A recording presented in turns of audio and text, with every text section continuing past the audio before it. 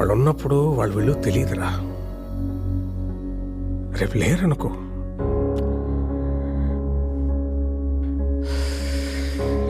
వాళ్ళు మనతో ఉన్న ప్రతి క్షణం చాలా విలువైందిరా.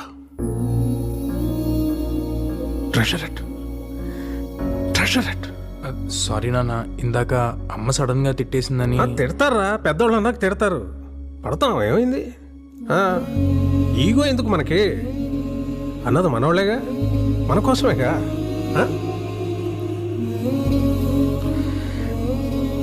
వాళ్ళు ఉన్నంత వరకేరా మన చిన్న పిల్లలు.